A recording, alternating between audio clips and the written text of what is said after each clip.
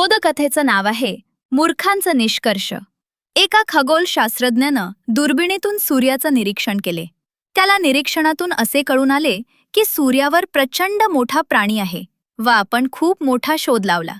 या समजुतीनं तो लोकांना जमवून त्या शोधाची माहिती सांगू लागला की सूर्य प्रचंड उष्ण तारा असूनही त्यावर एक प्राणी जिवंत राहतो आणि तुम्ही सगळे आता घाबरून राहा. जर तो प्राणी पृथ्वीवर आला तर पृथ्वीचं काय होईल हे पहा. खगोलशास्त्रज्ञाच्या या बोलण्यावर काही लोकांचा खरेच विश्वास बसला व त्यांच्यापैकी काही लोकांनी त्याचा सत्कार करण्याचं ठरवले. पण जमलेल्या काही लोकांपैकी एक जण चिकित्सक होता. त्यानं त्या ज्योतिषाची दुर्बीण तपासायचं ठरवले व ती तपासली असता त्याच्या लक्षात आले की महाकाय प्राणी हा सूर्यावर नसून एक माशी दुर्बिणीच्या काचेवर अडकून पडलीये आणि सूर्याकडे पाहताना ती माशी म्हणजे महाकाय प्राणी असल्याचा भास होत होता. चिकित्सक माणसाने ही गोष्ट लोकांना सांगताच त्यांना शास्त्रज्ञाचा मूर्खपणा लक्षात आला.